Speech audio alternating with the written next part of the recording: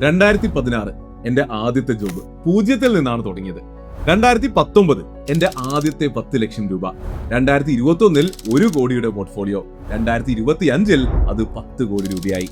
ഈ കഥ ഞാൻ എപ്പോഴൊക്കെ പറയാറുണ്ടോ അപ്പോഴൊക്കെ ആൾക്കാർ എന്നോട് ഒരു സെയിം സെറ്റ് ഓഫ് ക്വസ്റ്റ്യൻസ് ചോദിക്കും. ഏത് സ്റ്റോക്കിലാണ് ഇൻവെസ്റ്റ് ചെയ്തത്, ഏതൊക്കെ ഫണ്ടിലാണ് ഇട്ടത്, എത്രയൊക്കെ റിട്ടേൺസ് കിട്ടി. വെൽത്ത് ബിൽഡിംഗിലെ ഒരു ഫ്രെയിം വർക്ക് യൂസ് ചെയ്താണ് ഞാൻ ഇവിടെ എത്തിയത്. അതേ ഫ്രെയിം വർക്ക് വെച്ച് തന്നെ ഞാൻ പയ്യെ 50 കോടിയിലേക്കും 100 കോടിയിലേക്കും എത്തുകയും ചെയ്യും. പക്ഷെ സോ കോൾഡ് ഇൻഫ്ലുവൻസേഴ്സ് ആരും ഇത് ആർക്കും പറഞ്ഞു കൊടുക്കുന്നില്ല. നിങ്ങൾ ഇൻവെസ്റ്റിംഗ് വീഡിയോസ് കാണുന്നുണ്ട്, SIP ചെയ്യുന്നുണ്ട്, നല്ല സ്റ്റോക്സും മ്യൂച്വൽ ഫണ്ടും ഒക്കെ കണ്ടുപിടിക്കാൻ നോക്കുന്നുമുണ്ട്. എന്നിട്ടും നിങ്ങളുടെ വെൽത്ത് കാര്യമായി അനങ്ങുന്നില്ല എങ്കിൽ, എവിടെയോ പണി പാളുന്നുണ്ട് എന്ന് നിങ്ങൾക്ക് തോന്നുന്നുണ്ട് എങ്കിൽ ഈ വീഡിയോ നിങ്ങൾക്കുള്ളതാണ്. എവിടെയാണ് ആ പാളിച്ച എന്നും എങ്ങനെ വലിയൊരു വെൽത്തിലേക്ക് എത്താമെന്നും ഞാൻ നിങ്ങൾക്ക് കാണിച്ചു തരാം. Let's start. സത്യത്തിൽ വെൽത്ത് എങ്ങനെയാണ് ഉണ്ടാകുന്നത്? ഇത് മനസ്സിലാക്കാൻ ആദ്യം നമ്മൾ വെൽത്ത് ബിൽഡിംഗിന്റെ ഫോർമുല നോക്കണം. ദാ കാണുന്നുണ്ടല്ലോ. എന്നാൽ ഇത് കണ്ട് പേടിക്കേണ്ട, ഞാൻ ഇതിനെ ഒന്ന് സിംപ്ലിഫൈ ചെയ്തു തരാം. ദാ കണ്ടോ, സത്യം പറഞ്ഞാൽ ഇത്ര മാത്രം ഉള്ളൂ കാര്യം. Wealth is equal to capital into return into time. അതായത് വെൽത്ത് ബിൽഡിങ്ങിന് ആകെ 3 വേരിയബിൾസേ ഉള്ളൂ.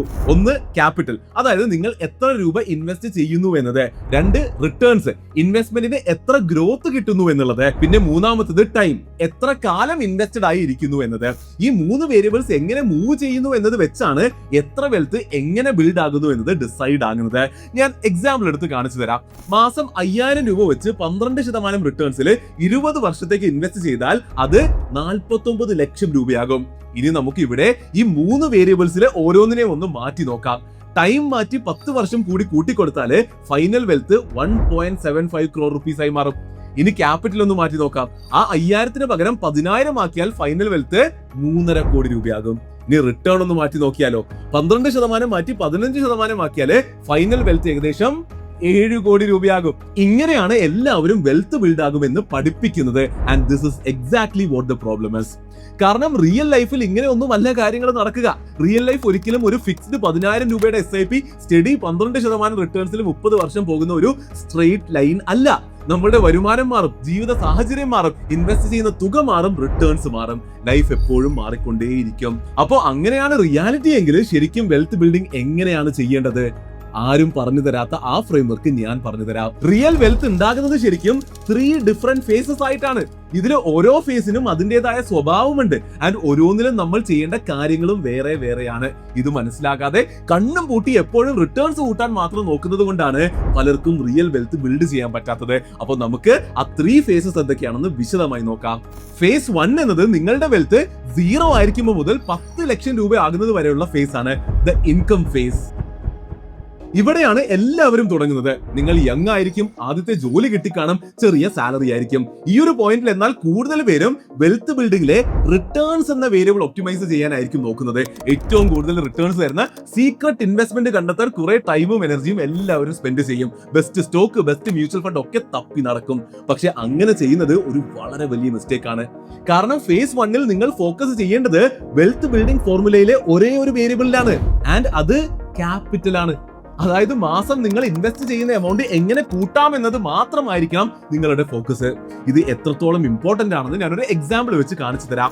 2 ആൾക്കാരെ നമുക്ക് എടുക്കാം. 2 പേരും 30 വർഷം ഇൻവെസ്റ്റ് ചെയ്യുന്നു. 2 പേർക്കും ഒരേ 12% ആവറേജ് റിട്ടേൺസ് കിട്ടുന്നുമുണ്ട്. ആകെയുള്ള വ്യത്യാസം ആദ്യത്തെ 5 വർഷത്തിൽ മാത്രമാണ്. പേഴ്സൺ എ ആദ്യത്തെ 5 വർഷം മാസം 2000 രൂപ വെച്ചാണ് ഇൻവെസ്റ്റ് ചെയ്യുന്നത്. പേഴ്സൺ ബി എന്നാൽ മാസം 5000 രൂപ വെച്ചും. ആ 5 വർഷത്തിന് ശേഷം 2 പേരും ഒരേപോലെ തന്നെയാണ് ഇൻവെസ്റ്റ് ചെയ്തത്. അടുത്ത 10 വർഷം മാസം 10000 രൂപ വെച്ചും പിന്നെയുള്ള 15 വർഷം മാസം 25000 രൂപ വെച്ചും. ഇനി ഫൈനൽ റിസൾട്ട് നമുക്കൊന്ന് നോക്കിയാലോ. പേഴ്സൺ എ ബിൽഡ് ചെയ്ത ടോട്ടൽ വെൽത്ത് 2.95 crore rupees ആണ്. എന്നാൽ പേഴ്സൺ ബിക്ക് കിട്ടിയത് 3.44 crore rupees ആണ്. വ്യത്യാസം ഏകദേശം 50 ലക്ഷം രൂപ. ആദ്യത്തെ 5 വർഷം മാസം വെറും 3000 രൂപ എക്സ്ട്രാ ഇൻവെസ്റ്റ് ചെയ്തതിന്റെ പവറാണിത്. This is the power of early capital. ഇതുകൊണ്ടാണ് ഫേസ് 1 നിങ്ങളുടെ ഫോക്കസ് ഇൻകം വളർത്തി ഇൻവെസ്റ്റ്മെന്റ് കൂട്ടുന്നതിൽ മാത്രമായിരിക്കണമെന്ന് ഞാൻ പറയുന്നത്. ഇവിടെ നിങ്ങൾ ഇൻവെസ്റ്റ് ചെയ്യേണ്ടത് നിങ്ങളിൽ തന്നെയാണ്. ടൈമും എനർജിയും സ്പെൻഡ് ചെയ്യേണ്ടത് സ്കിൽസ് കൂട്ടാനും കരിയർ ബിൽഡ് ചെയ്യാനുമാണ്. അങ്ങനെ ഹയർ പേയിങ് ജോബ്സിൽ പോയോ ബിസിനസ് ബിൽഡ് ചെയ്തോ ഒക്കെ കൂടുതൽ പൈസ ഉണ്ടാക്കി അത് ഇൻവെസ്റ്റ് ചെയ്യണം. ഇൻകം കൂട്ടുന്നതിന്റെ കൂടെ എക്സ്പെൻസസ് കൺട്രോൾ ചെയ്യുന്നതിലും ഫോക്കസ് വേണം. അങ്ങനെയും ഇൻവെസ്റ്റ് ചെയ്യുന്ന എമൗണ്ട് കൂട്ടാം. ഇനി ഫേസ് 1 എവിടെയാണ് ആക്ച്വൽ പൈസ ഇൻവെസ്റ്റ് ചെയ്യേണ്ടത് എന്ന് കൂടി ഞാനൊന്ന് പറഞ്ഞു തരാം. ഈ സമയത്ത് ഇൻവെസ്റ്റ്മെന്റ്സ് വളരെ ബോറിംഗ് ആക്കിയാണ് വെക്കേണ്ടത്. ആദ്യം പേഴ്സണൽ ഫൈനാൻസിനെ പറ്റിയും ഇൻവെസ്റ്റ്മെന്റ്സിനെ പറ്റിയുമുള്ള ബേസിക്സ് മുഴുവൻ പഠിക്കണം. പിന്നെ എമർജൻസി ഫണ്ട്, സേവിങ്സ്, ഇൻഷുറൻസ് പോലുള്ള ബേസിക്സ് സെറ്റ് ആക്കണം. എന്നിട്ട് വെൽത്ത് ബിൽഡിംഗിനായി 3-4 മ്യൂച്വൽ ഫണ്ട്സിൽ SIP സ്റ്റാർട്ട് ചെയ്യണം. ഇക്വിറ്റി മ്യൂച്വൽ ഫണ്ട്സോ, മൾട്ടി അസറ്റ് മ്യൂച്വൽ ഫണ്ട്സോ, ഹൈബ്രിഡ് മ്യൂച്വൽ ഫണ്ട്സോ ഒക്കെ മാത്രം കൺസിഡർ ചെയ്താൽ മതി. ഇൻഡിവിജ്വൽ സ്റ്റോക്സോ, സ്മോൾ ക്യാപ്സോ, തീമാറ്റിക് ബെറ്റ്സോ ഒന്നും ഈ ഫേസിൽ വേണ്ട. അതായത് ഇവിടെ ശരിക്കും ഇൻവെസ്റ്റിംഗ് ഒപ്റ്റിമൈസ് ചെയ്യുകയല്ല, ഹാബിറ്റ് ഉണ്ടാക്കി ബേസ് ബിൽഡ് ചെയ്യുക മാത്രമാണ് നിങ്ങളുടെ ജോലി. അപ്പോൾ അങ്ങനെ ഫേസ് 1-ൽ ഇൻകം ഒക്കെ അടിപൊളിയാക്കി, ഇൻവെസ്റ്റ്മെന്റ്സ് ഒക്കെ തുടങ്ങി, ലൈഫ് പയ്യെ സെറ്റായി, വെൽത്ത് ഒരു 10 ലക്ഷം രൂപയൊക്കെ ആകുമ്പോഴാണ് ഫേസ് 2 ആകുന്നത്. 10 ലക്ഷം മുതൽ 1 കോടി രൂപ വരെ വെൽത്ത് ഉള്ളപ്പോൾ ഉള്ള ഫേസ് ആണ് phase 2, the growth and planning phase. ഇപ്പൊ കരിയർ തുടങ്ങിയിട്ട് ഒരു 5-10 വർഷമൊക്കെ ആയിട്ടുണ്ടാകും. സാലറി കൂടി കാണും, കല്യാണം കഴിഞ്ഞൊരു ഫാമിലി ഒക്കെ ആയി കാണും, കുറച്ച് മെച്യൂർഡായി ലൈഫിനെ കുറച്ചുകൂടി സീരിയസ് ആയി അപ്രോച്ച് ചെയ്തും തുടങ്ങിയിട്ടുണ്ടാകും. അങ്ങനെ ക്യാപിറ്റലുള്ള നല്ല ഇൻകം ഉള്ള ഈ ലോങ് ഫേസിലാണ് റിയൽ വെൽത്ത് ബിൽഡിംഗ് നടക്കുക. അപ്പോൾ ലൈഫിൽ ഓൾറെഡി ക്യാപിറ്റൽ എന്ന വേരിയബിൾ സെറ്റ് ആയതുകൊണ്ട് എല്ലാവർക്കും ഇഷ്ടമുള്ള ആ ഒരു വേരിയബിളിലാണ് ഈ ഫേസിൽ വർക്ക് ചെയ്യേണ്ടത്. യെസ്, റിട്ടേൺസ് എന്ന വേരിയബിളില്. പക്ഷേ ഇവിടെയാണ് കൂടുതൽ പേരും മറ്റൊരു മിസ്റ്റേക്ക് ചെയ്യുന്നത്. ഹയർ റിട്ടേൺസ് കിട്ടുന്ന കാര്യങ്ങളുടെ പിന്നിൽ അന്ധമായിട്ട് ഓടും. അതായത് റിട്ടേൺസ് ഒപ്റ്റിമൈസ് ചെയ്യണം എന്ന് പറഞ്ഞാൽ ഏറ്റവും കൂടുതൽ റിട്ടേൺസ് ഉണ്ടാക്കണം എന്നല്ല അർത്ഥം. ഇതൊരു എക്സാമ്പിളിലൂടെ ഞാൻ മനസ്സിലാക്കി തരാം. നിങ്ങൾക്ക് 2 ഗോൾസ് ഉണ്ടെന്ന് വിചാരിക്കുക. ഒന്ന് 25 വർഷം കഴിഞ്ഞിട്ടുള്ള റിട്ടയർമെന്റ്, രണ്ടാമത്തേത് 10 വർഷം കഴിഞ്ഞ് ഒരു വീട് വാങ്ങണം. ഈ 2 ഗോൾസിനും 2 രീതിയിലുള്ള റിട്ടേൺസ് ആണ് വേണ്ടത്. റിട്ടയർമെന്റ് വളരെ ദൂരെയാണ് എന്നുള്ളത് കൊണ്ട് കൂടുതൽ റിസ്ക് എടുത്ത് ഹയർ റിട്ടേൺസ് ഉണ്ടാക്കാൻ ശ്രമിക്കാം. അപ്പൊ കുറെ എമൗണ്ട് എക്വിറ്റിയിൽ ഇടാം. പക്ഷെ 10 വർഷം കഴിഞ്ഞുള്ള വീടിനോ, അവിടെ അത്ര റിസ്ക് എടുക്കാൻ പറ്റില്ല. അപ്പൊ മോഡറേറ്റ് റിട്ടേൺസ് തരുന്ന എന്നാൽ റിസ്ക് കുറവുള്ള, സ്റ്റെബിലിറ്റി കൂടുതലുള്ള ഇൻവെസ്റ്റ്മെന്റ് ആണ് വേണ്ടത്. കണ്ടില്ലേ, എപ്പോഴും കൂടുതൽ റിട്ടേൺസ് ഉണ്ടാക്കുന്നതിനെ അല്ല റിട്ടേൺസ് ഒപ്റ്റിമൈസേഷൻ എന്ന് വിളിക്കുന്നത്. നിങ്ങളുടെ ആവശ്യങ്ങളെ മനസ്സിലാക്കി അതിന് വേണ്ട തരത്തിലുള്ള റിട്ടേൺസ് തരുന്ന ഇൻവെസ്റ്റ്മെന്റ്സ് കണ്ടെത്തലാണ് റിട്ടേൺസ് ഒപ്റ്റിമൈസേഷൻ. അപ്പൊ ഫേസ് 2-ൽ നിങ്ങൾ ചെയ്യേണ്ടത് ഇത് മാത്രമാണ്. ഇൻവെസ്റ്റിംഗ് ഗോൾ ബേസ്ഡ് ആക്കണം, അതിന് വേണ്ട കറക്റ്റ് ഇൻവെസ്റ്റ്മെന്റ്സ് കണ്ടെത്തണം. ഫേസ് 1-ലെ പോലെ കാര്യങ്ങൾ ഇനി സിമ്പിൾ ആൻഡ് ബോറിംഗ് ആക്കി വെക്കാൻ പറ്റില്ല. ഓരോ ഗോളും വ്യക്തമായി ഡിസൈഡ് ചെയ്ത് ഓരോന്നിനും സ്പെസിഫിക് പോർട്ട്ഫോളിയോ ഉണ്ടാക്കണം. അതിന് individual stocks, bonds, thematic and sectoral bets, PMS, AIF, SIF പോലുള്ള managed investment options, global diversification, ഇതൊക്കെ കൺസിഡർ ചെയ്യാവുന്നതാണ്. അങ്ങനെ ഫേസ് 1-ൽ ക്യാപിറ്റൽ ഒപ്റ്റിമൈസ് ചെയ്യുന്ന ഒരാള് ഫേസ് 2-ൽ റിട്ടേൺസ് കൂടി ഒപ്റ്റിമൈസ് ചെയ്യുമ്പോൾ പയ്യെ വെൽത്ത് ബിൽഡ് ആയി 1 കോടി രൂപ എത്തും. അപ്പോ അവർ ഫേസ് 3-ൽ എത്തും. 1 കോടി രൂപക്ക് മുകളിലേക്ക് വെൽത്ത് ആകുന്നത് ഫുള്ള് ഫേസ് 3 ആണ്, ദ കോമ്പൗണ്ടിങ് ഫേസ്. ഇതുവരെ വെൽത്തിന്റെ ഫോർമുലയിലെ ക്യാപിറ്റലും റിട്ടേണും എന്ന വേരിയബിൾസ് ഫുൾ സെറ്റായി. ഇനി ബാക്കിയുള്ളത് ഒരേ ഒരു വേരിയബിൾ ആണ്. എന്താണത്? ടൈം ആണ്, അല്ലെ? ഇനി അങ്ങോട്ട് ടൈം ആണ് റിയൽ വെൽത്ത് ഉണ്ടാക്കുന്നത്. ഈ എക്സാമ്പിൾ കണ്ടാൽ നിങ്ങൾക്ക് മനസ്സിലാകും. 10,000 രൂപയുടെ SIP 12% റിട്ടേൺസ്. വെൽത്ത് ബിൽഡ് ആകുന്നതിന്റെ ആ ഒരു ജേർണി ഒന്ന് നോക്കിക്കേ. സമയം കഴിയും തോറും ഗ്രോത്ത് കൂടുന്നത് കണ്ടോ? 15ാമത്തെ വർഷം മാത്രം വെൽത്ത് ഗ്രോ ചെയ്യുന്നത് 6.25 ലക്ഷം രൂപയാണ്.